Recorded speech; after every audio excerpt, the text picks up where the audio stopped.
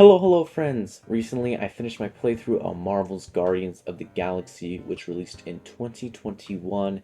This game was on my radar for a while now, and I finally got around to playing it on the channel. I decided to do a review right here, right now. Without further ado, let's just hop right into my spoiler-free review of the game. So the first thing I want to talk about is the first thing you think about when you hear Marvel, and that's the characters. Of course, the Guardians of the Galaxy characters are absolutely amazing. They are funny, serious, mysterious, and overall a great mix of personalities. It's hard to deny that Marvel creates some great characters that work really well together. In the game, there are 5 main characters. If you haven't seen any of the movies or read the comic books, they are Star-Lord, Rocket Raccoon, Gamora, Drax, and Groot. Each of them have unique backstories, and throughout the course of the game, you will learn about them. So, if you haven't seen the movies or read the comics, you will be fine. You don't need to know anything about this game before going into it. Besides our main cast, you will come across multiple other people on your adventure. Some may want to help you, while others want to destroy the entire galaxy, but that's besides the point. The characters are the best thing going for this game by far. Now, let's get into the story. This story is a mess at the beginning, I won't lie. I really had no idea what we were doing, and it was just a mess all around until about halfway through, where it finally shows what the story is really about and get into the meat of it. The second half of the story is great. It is unfortunate that the first half was kind of a snooze fest and I wasn't really invested. Sure, there were some cool moments here and there, but nothing that really made my socks fly off until later on. It felt like they just wanted to save everything big and grand for this huge finale, which is fine with me, but I can see a lot of people quitting early on because of how slow the start is.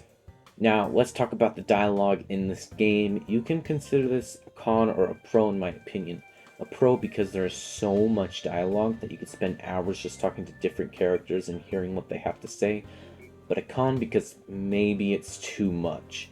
The pacing with the dialogue is awful. Like when you're just walking around the world and someone says something, you might enter a loading zone too quickly, even though you won't be meaning to, and their dialogue will just be cut straight off.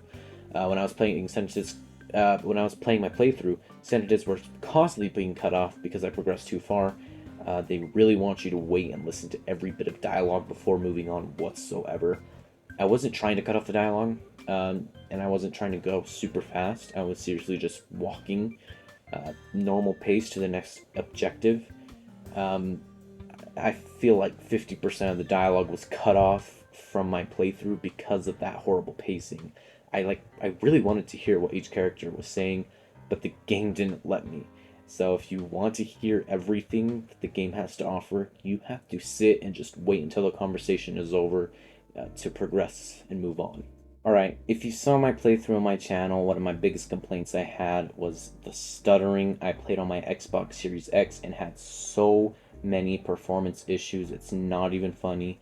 During one of my last missions on my final episode, I actually had to restart my game because I was dropping to like 10 frames during combat for like 20 minutes straight.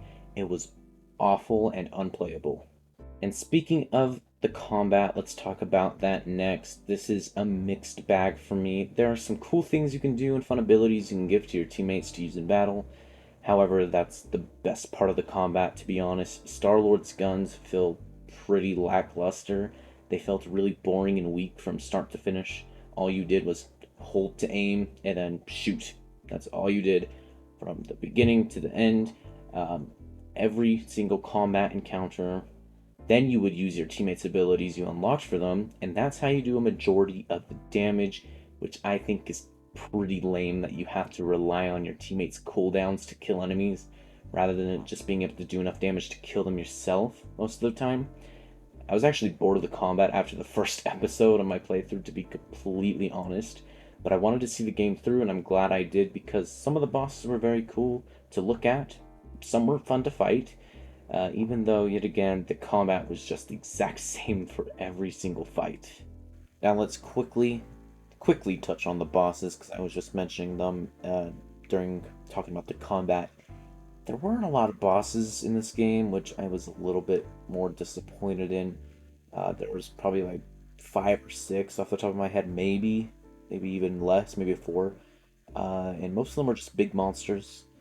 Then you have the final boss at the end, and the final boss was definitely the best part. It was the most unique.